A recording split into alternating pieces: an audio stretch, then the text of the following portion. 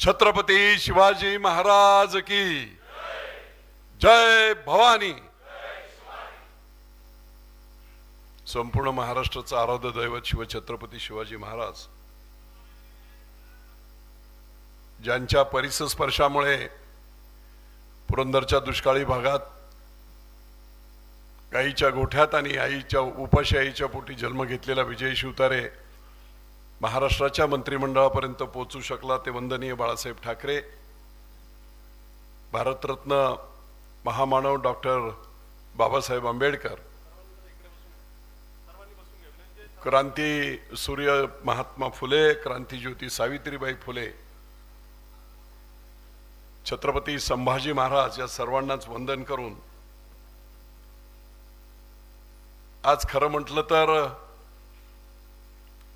2.5-3 वर्षानंतर खऱ्या अर्थाने संघटनेची पहिल्यांदा संघटना बांधणीसाठीची ही निवडणूक होत आहे। निवडणूक म्हणण्यापेक्षा संपर्क आणि संवाद होत आहे। या संवाद सभेला उपस्थित असणारे पुणे जिल्ह्याचे आपले संपर्क मंत्री, राज्याचे एक अतिशय हुशार आणि प्रगल्भ अशा प्रकारचे आपले संपर्क मंत्री एकनाथराव शिंदे यांचे विश्वासू सहकारी, अशा प्रकारचं ज्यांच्यासाठी सर्वच जण बोललं जातं ते आदरणीय उदय सामंत साहेब, पुण्यातील आणखी एक प्रमुख व्यक्तिमत्व आणि संपूर्ण महाराष्ट्राला परिचित असणारे विधान परिषदेच्या उपसभापती आदरणीय आमदार नीलमताई गोरे, ज्यांचं नुकतंच अतिशय प्रभावशाली अशा प्रकारे आमदार नव्हे परंतु एका कार्यकर्त्याचं मनोगत हे ज्यांनी व्यक्त केले ते आमदार माझे सहकारी मित्र, परम मित्र सोनवणे साहेब, शरद सोनवणे,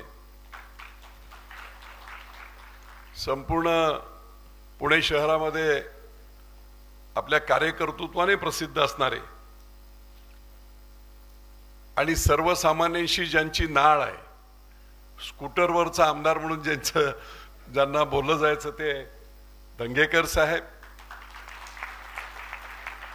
उपस्थित सर्वच समोर बसलेले आमचे जिल्हा प्रमुख, शहर प्रमुख नाना भानगिरे, सर्व जिल्हा प्रमुख, महिलांच्या सर्व पदाधिकारी आणि उपस्थित सर्व पदाधिकारी बंधू आणि भगिनींनो, ही काही सभा नाही,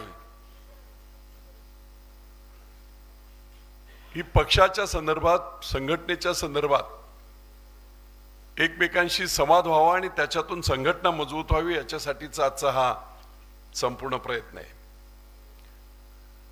गेले 2.5 वर्ष जेव्हा तुमचे आमचे सर्वांचे नेते, मुख्य नेते आदरणीय एकनाथराव शिंदे मुख्यमंत्री होते, तो काळ संपूर्ण महाराष्ट्रातील सुवर्ण काळ सर्वसामान्यांचा असं म्हटलं तर काही चुकीचं होणार नाही। हे मी तुम्हाला एवढ्यासाठी सांगतोय की तुम्ही जेव्हा लोकांमध्ये जाल तेव्हा तुम्ही कोणाचं नेतृत्व, शिवसेना हे नाव तर आहेच परंतु त्याच्याबरोबर अतिशय कार्यकर्तृत्व 18 तास काम करणारा संवेदनशील असा मुख्यमंत्री, आताचे उपमुख्यमंत्री तुमचे आमचे नेते आहेत, त्यांनी आतापर्यंत काय केलं जे 70 वर्षात झालं नाही असे काही प्रयोग हे त्यांनी केले आणि ते यशस्वी करून दाखवले।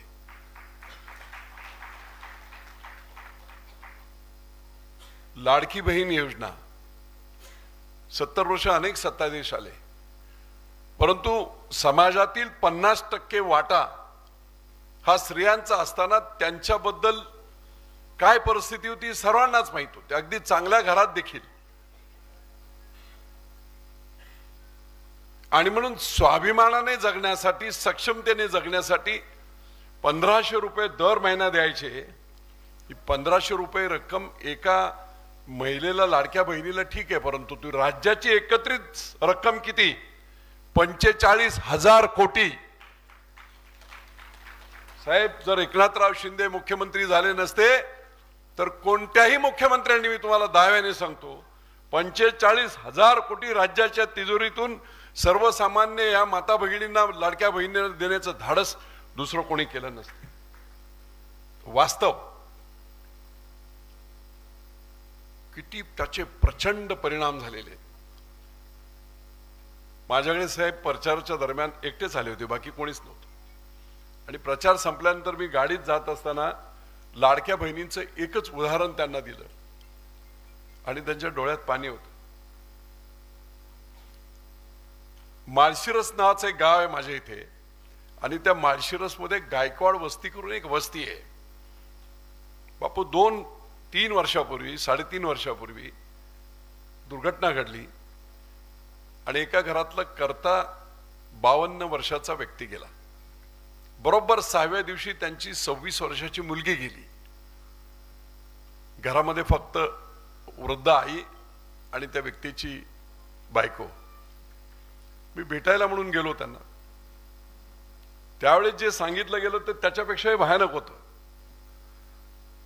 त्या वृद्ध मातेने सांगितलं की बापू, काय देव माझी परीक्षा पाहतोय मला माहित नाही. हा 52 वर्षाचा माझा मुलगा गेला, माझी नात गेली, पण मी सांगते, जेव्हा हा 52 वर्षाचा माझा मुलगा 15 वर्षाचा तहाना होता त्यावेळेस माझा नवरा वारला. 1.5 एकर जमीन, त्या 1.5 एकर जमिनीवर मी घाम गाळून हा मुलगा केला, त्याचं लग्न केलं. ही मुलगी एक होती.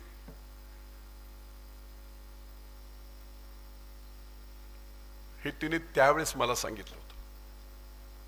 मी बाकीची काय व्यवस्था करायची ती त्यांची केली आणि निघून आलो.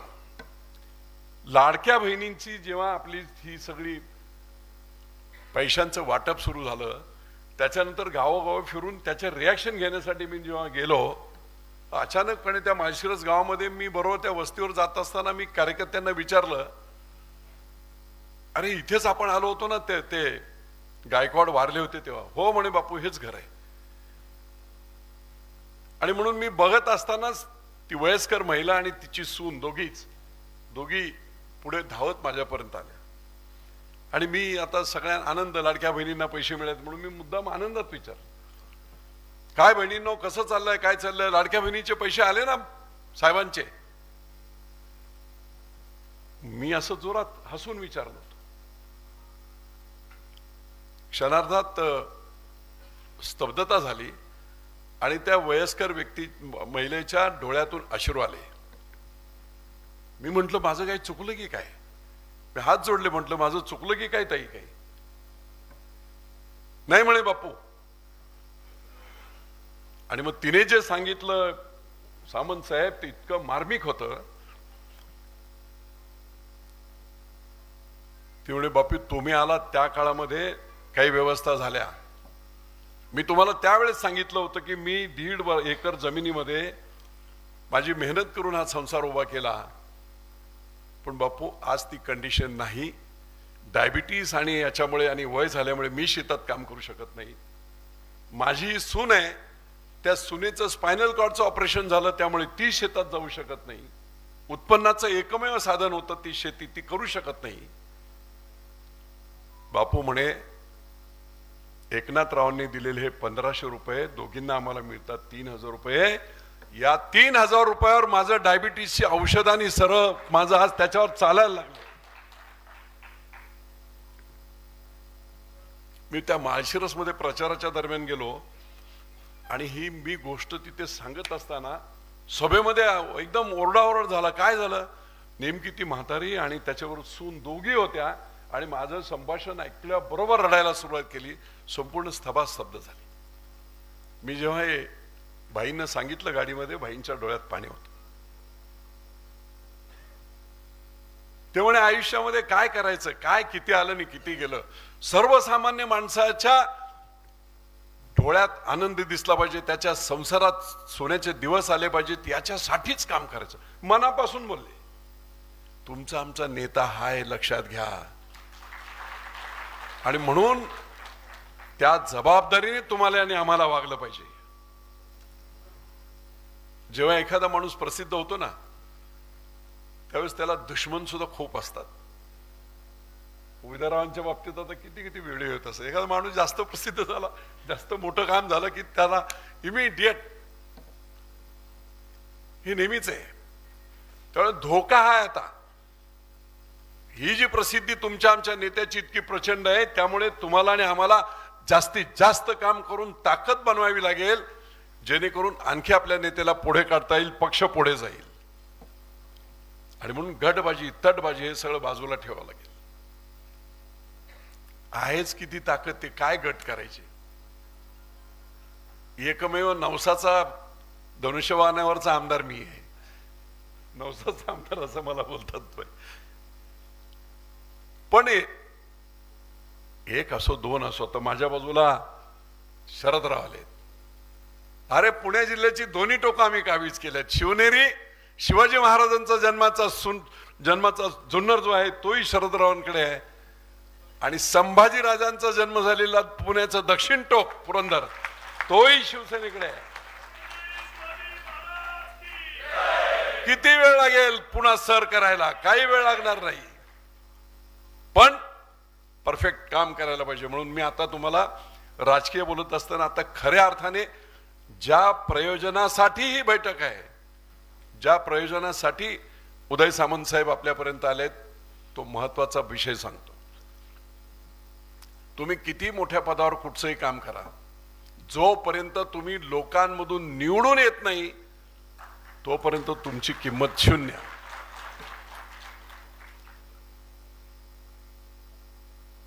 आणि निवडून यायचं असेल तर सलोख्याने वागलं पाहिजे, पक्षाशी प्रेम पाहिजे, आपल्या आपल्या कार्यकर्त्यांशी इमानदारी पाहिजे, त्यांच्याशी गोड बोललं पाहिजे, इतरांसाठी वाईट बोललं नाही पाहिजे, संघटना उभी केली पाहिजे.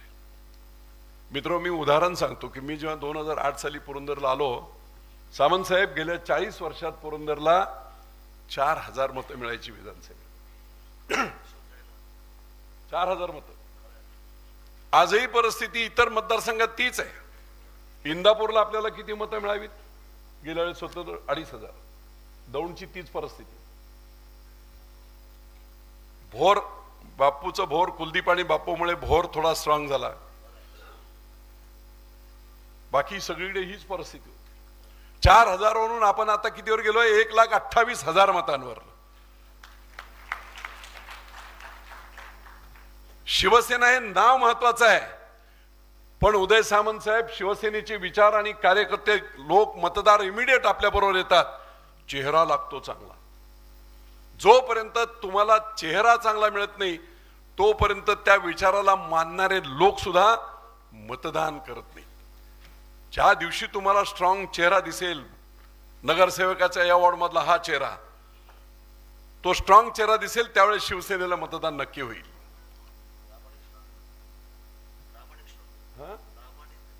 प्रामाणिक आणि स्ट्रॉंग, हो हो, तो प्रामाणिक आलाच. तो लोकांशी प्रामाणिक असेल तरच निवडून येतो, अदरवाईज निवडून कोणी येतच नाही.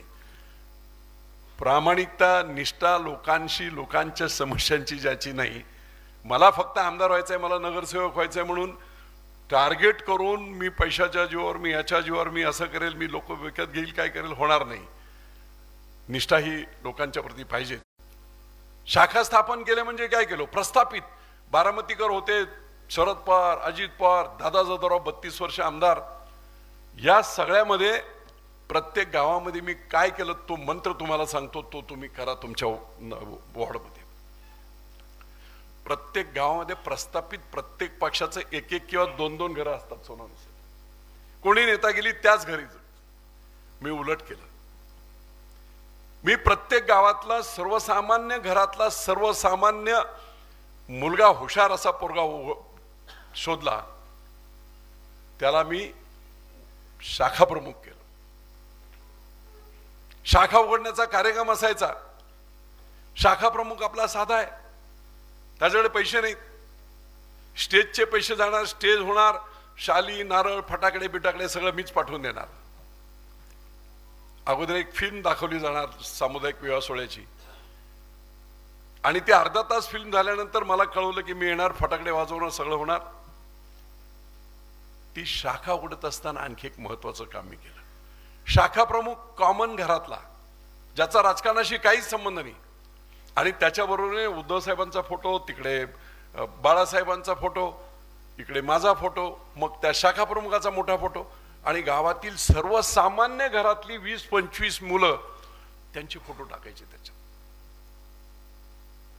गावात काय इम्पॅक्ट व्हायचा माहितीये की गेली 50 वर्ष प्रस्थापित 30 5 घरं गावातली, हा आता शिवसेनेचा नवीन शाखा प्रमुख झाला, त्याच्याबरोबर ही सर्वसामान्य घरातली 20 मुलं आहेत. त्या सर्वसामान्य माणसाला वाटायला लागलं की माझाही पोरगा काहीतरी नेता झाला बरं का. आणि अशी एक कॉमन मुलांची फळी तयार झाली. किती? 17,500 मुलं. आणि 1 वर्षात आम्ही निवडणूक लढलो. शरद पवार साहेबांनी शिवसेना इथे घुसू नये म्हणून शेवटची सांगता सभा 2008ला पुरंदरला घेतली. त्यांनी सभा घेतली, 4-5 हजार लोक होते त्या छोट्या ग्राउंडमध्ये, आणि मोठ्या पालखी तळावर मी सभा घेतली होती. पहिल्यांदा ग्रामीणला फ्लाइंग स्पीकर पासून सगळं हे केलं होतं. पवार साहेबांनी माझ्यावर टीका केली, तिथून ते निघून गेले, आणि 5 मिनिटात तिकडे फ्लाइंग स्पीकर सुरू झाल्याबरोबर जी कुठून तुफान गर्दी आली मला माहित नाही. प्रचंड गर्दी झाली, अख्खं पालखी तळ भरून गेलं 25-30 हजार लोकांनी. 15-20 मिनिटांनंतर पवार साहेब वरून गेले, आणि मलाच एकदा ते भेटले. त्यावेळेस त्यांनी सांगितलं, जेव्हा बापू विमान वरून गेलं आणि कुठून मुंगीसारखी माणसं तुझ्या त्या सभेला, मी सांगितलं पुरंदर गेली, आणि तब्बल 26,000 मताधिक्याने आपण ती सीट जिंकली.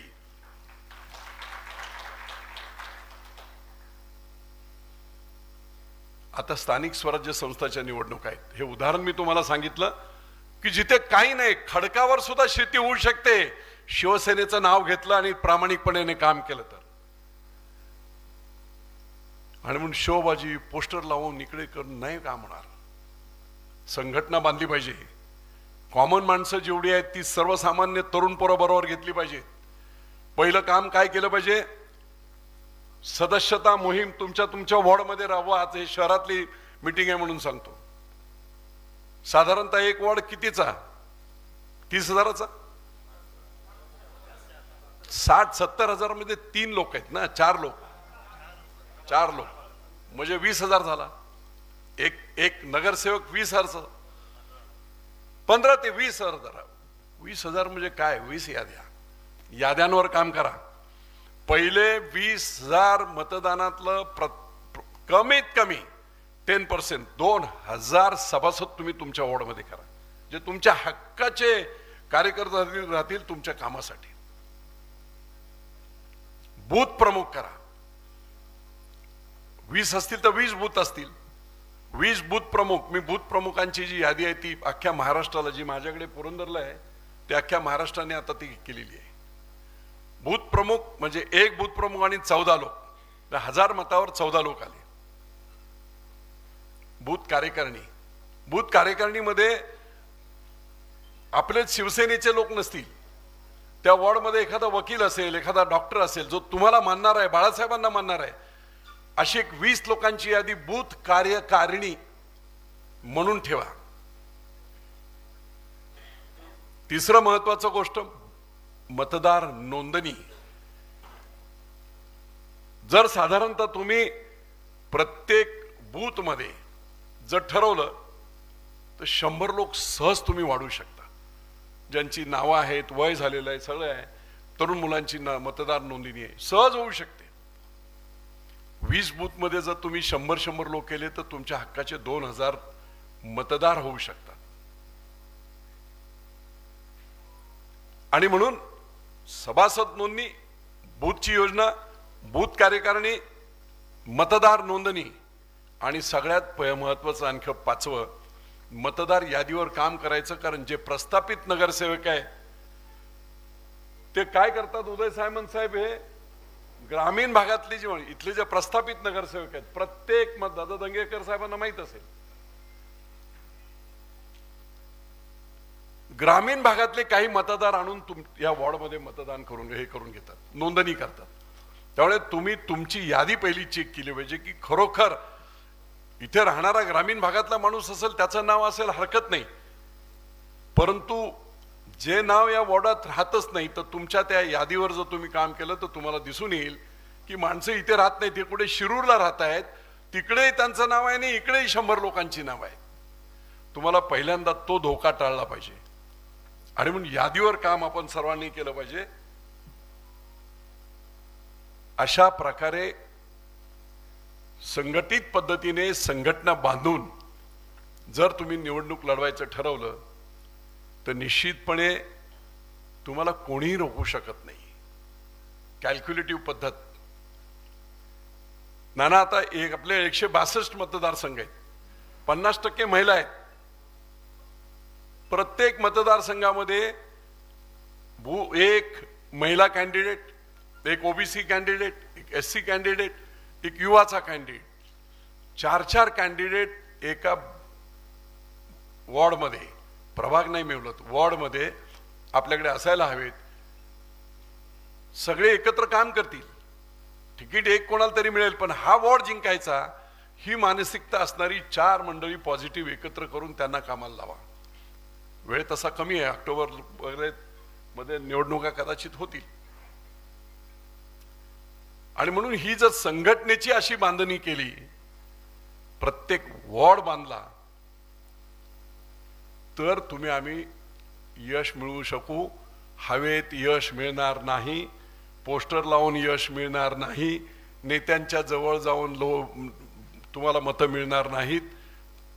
यश एकत्रितपणे मिळवायचं असेल तर संघटित पद्धतीने एकमेकांना सहाय्य करत, जेवढी काय जबाबदारी आमच्यावर असेल शहर प्रमुखांनी सांगावी. शरदराव असतील, आम्ही असू. मी आता बसल्या बसल्या तोच विचार करत होतो की एवढं जरी मी केलं की पुरंदरमधून राहणारी नाही म्हटलं तरी जवळजवळ 25-30,000 40,000 लोक एकाच भागात आहेत माझ्या. मग पुणे शहरात किती असतील, पिंपरी चिंचवडला किती असतील, गावोगावचे जरी सगळे संघटना आहेत, पुणे शहर, परिंचेगाव पुणे शहर मंडळ, या सगळ्या मंडळांना एकत्र करून जरी आपण हे केलं आणि त्यांना शिवसेनेकडे एकत्रित मतदान करायला सांगितलं दंगेकर साहेब, फरक होऊ शकतो ना. आणि म्हणून अशा मदती करायला आम्ही देखील तयार आहोत, परंतु संघटना मजबूत झाली पाहिजे. माझी खंत आहे एक, ताई तुमच्या समोर सांगतो, मी 5 सभा झाल्या पुरंदरला बाईंच्या. सावंत साहेब 5 सभा, तेच पालखीतळ मैदान 30-40 हजाराचं तुडुंब भरून. 2 ऑगस्टला पुरंदरला सभा झाली, पश्चिम महाराष्ट्रातली पहिली सभा. मला मुख्यमंत्री महोदय बोलत होते, अरे बापू लोक येतील नाही येतील, राग काय नाही. म्हटलं तुम्ही या. 1.5 तास लेट झाला होता, तरी तुडुंब 25-30 हजाराची गर्दी. तिथून आम्ही खंडोबाच्या दर्शनाला गेलो, दर्शन करून आलो, ते परत हडपसर पर्यंत माणसंच माणसं रस्त्यावर. माझं हे स्वप्न आहे, पुणे शहरामध्ये एकनाथ भाईंची अशी सभा झाली पाहिजे की ती पूर्ण आतापर्यंत एवढी मोठी सभा कोणाची झाली नाही. एसपी मैदानावरती सभा घेतली पाहिजे, एसपी कॉलेजच्या मैदानावरती सभा घेतली पाहिजे. मी एकदा पानगिरे साहेबांना बोललो देखील, जोपर्यंत चमत्कार नाही तोपर्यंत नमस्कार नाही. सामंत साहेब, आपल्याला प्रचंड लक्ष द्यावं लागेल, कार्यकर्त्यांना ताकद देखील द्यावी लागेल. मगाशी शरद सोनवणे बोललं ते खरं आहे, संघटना ही शृंखलेतून चालली पाहिजे. भाई ओळखतात सगळ्यांना, म्हणून एखाद्या तालुका प्रमुखाने एखादं पत्र घेऊन बापूला बाजूला ठेवून पुढे जाणं योग्य होणार नाही. संघटना ही त्या लेवल पासून चालली पाहिजे, तर मग एकत्रितपणे एकमेकांचा रिस्पेक्ट राहील, सर्व राहील. आणि म्हणून आजच्या दिवशी मी एवढंच सांगतो, उदय साहेब जसं मुख्यमंत्र्याचं झालं तसं उपमुख्यमंत्र्यांनी एक बैठक एखाद्या मोठ्या 5 स्टार हॉटेलला घ्यावी. पुण्यातले सगळे मोठे पत्रकार, मोठे उद्योगपती, नामांकित माणसं एकत्र बोलवायत. ही मी त्या काळामध्ये संकल्पना उद्धव ठाकरेंना सुचवली होती, पण त्यावेळेस मुंबईवर लक्ष होतं. आपल्याला हे करावं लागेल. तुम्ही तर आता उद्योगमंत्री आहात, जर एखाद्या मोठ्या 5 स्टार हॉटेलला इंटरॅक्शन जर ठेवली दंगेकर साहेब, तर पुण्यातील लोकांना लक्षात येईल की एकनाथराव शिंदेचं पुणे शहराच्या विकासात देखील तेवढंच लक्ष आहे. ती 200 प्रख्यात मंडळी काही मतदान नाही वाढवणार, परंतु त्या 200 प्रख्यात मंडळी बरोबर पुण्याच्या विकासाच्या संदर्भात उपमुख्यमंत्र्यांनी पत्रकारांशी संवाद करून त्यांचं ऐकून घेतलं, त्याला उत्तरं दिली. हा मेसेज सर्वसामान्य लोकांमध्ये खूप मोठ्या प्रमाणामध्ये बदल घडवतो. मुंबईने पुण्यापर्यंत आतापर्यंत शिवसेनेला फक्त मुंबई पाहिजे, पुण्याकडे काही लक्षच नाही, ही वस्तुस्थिती होती तशी. आता ती नाही. आता तुमच्या आमच्या पाठीमागे कार्यकर्त्याला प्रचंड ऊर्जा आणि ताकद देणारा एक नेता आहे, एकनाथराव शिंदे त्यांचं नाव. त्यामुळे जो आज प्रामाणिक आहे, लोकांशी काम करतोय, गाडून घेतलेला आहे मतदारसंघात, त्याला संधी मिळेल आणि ती संधी यशामध्ये रूपांतरित करण्यासाठी सर्व स्किल हे आमचे नेते लावतील. त्यामुळे प्रचंड मोठी संधी आहे.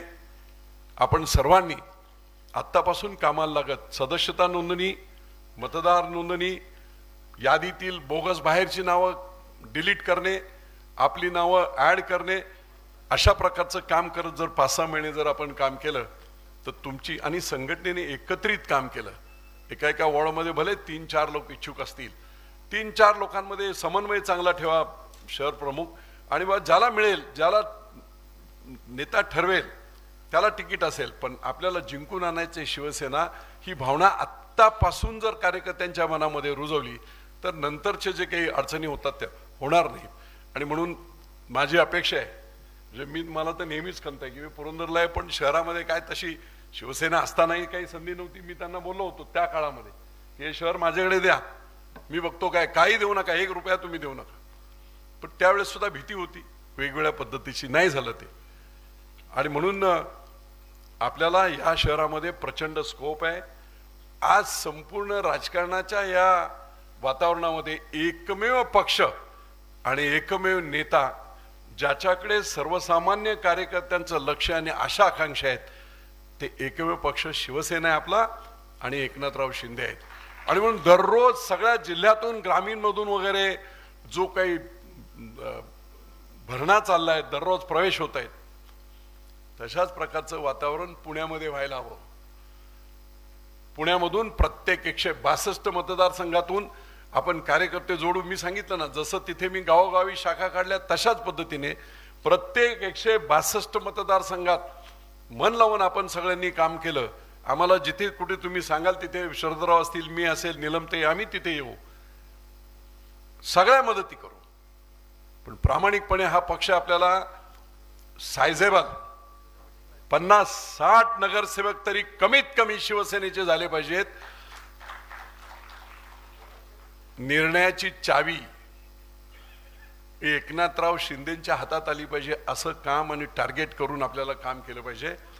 आपण हे काम करत असताना नक्की आपल्याला एक लक्षात घ्या, मी हे जरी सगळ्यांनी सांगितलं तरी लक्षात घ्या, आम्ही 162 वॉर्ड मध्ये तयारी करतो, पण 162 वॉर्ड मधली लक्षात घ्या, जिथे भाजपाचा माणूस असेल तिथे आमची ताकद त्यांच्या कामाला येणार आहे, जिथे आमचा व्यक्ती असेल तिथे भाजपची ताकद आपल्या कामाला येणार आहे.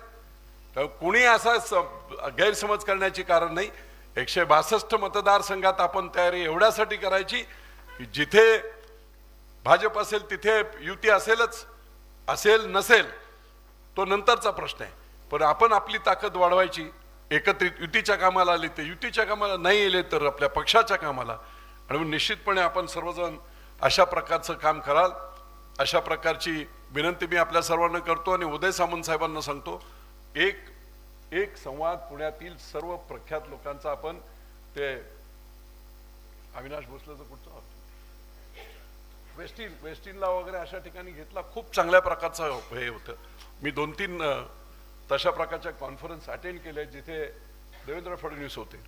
साहेबांचं ते करणे आणि दुसरी एक सगळ्यांनी मिळून ताकद लावून एक SP कॉलेजवर कमीत कमी 1 लाखाची सभा तुम्ही आम्ही सर्वांनी करायचं असं टार्गेट करूया. धन्यवाद. जय हिंद, जय महाराष्ट्र.